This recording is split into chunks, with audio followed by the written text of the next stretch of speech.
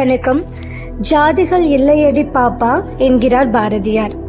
சாதிய ரீதியிலான சிந்தனைகள் மாணவர்களிடத்தில் இருக்கக்கூடாது என்கின்றார். இப்போ இஸ்லாம் சகோதரிகள் இருக்கின்றார்கள் இல்லையா, அவர்களுடைய நம்பிக்கையின் பெயரில் குர்காவோ ஹிஜாபோ போட்டுக்கிறாங்க. உண்மையா சொல்லணும்னா அவங்க போட்டிருக்க குர்காவோ ஹிஜாபோ நமக்கு தாழ்வு மனப்பான்மையை ஏற்படுத்துமா அப்படின்னு சொன்னா ஏற்படுத்தாது. கண்டிப்பா ஒரு கிறிஸ்தவர் சிலுவை போட்டிருக்கானா அது நமக்கு தாழ்வு மனப்பான்மை உண்டு பண்ணுமா? பண்ணாது.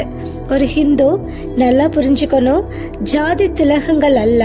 ஒரு ஹிந்து நெத்தியில பொட்டு வச்சிருந்தா நமக்கு தாழ்வு மனப்பான்மை ஏற்படுமா? இல்ல.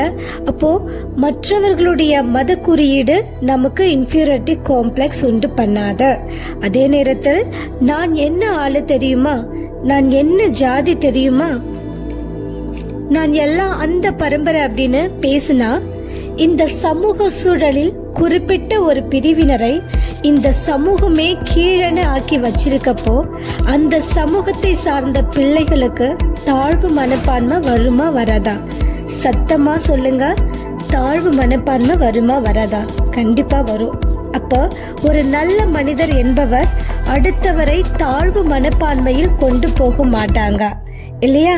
இத சாதிய சிந்தனையோட இருக்கின்ற மாணவர்கள் கிட்ட நாம சொல்லணும்.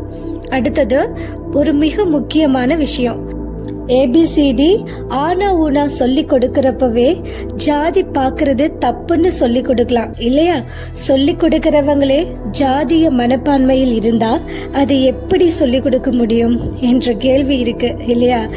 அதனால நமது இப்போதைய தமிழ்நாட்டின் அரசு நீதிபதி சந்துரு அவர்களுடைய குழுவில் ஒரு குழு அமைத்து அந்த குழு சில பரிந்துரைகளை அரசுக்கு கொடுத்திருக்கின்றது. அதில் மாணவர்களுக்கு கற்றுக் கொடுக்கக்கூடிய ஆசிரியர்களுக்கு முதலில் ஜாதிய மனப்பான்மை இருக்கக்கூடாது என்று அந்த குழுவில் பரிந்துரை கொடுத்திருக்கின்றார்கள். அடுத்த கட்டம், நாம் அதை நோக்கி நகர வேண்டும். பாரதியார் அவரால் எவ்வளவு முடியுமோ அவ்வளவு போராடினாரு. பெரியார் அவரால் என்ன முடியுமோ போராடினாரு. அடுத்தது நம் கையில் இருக்கின்றது.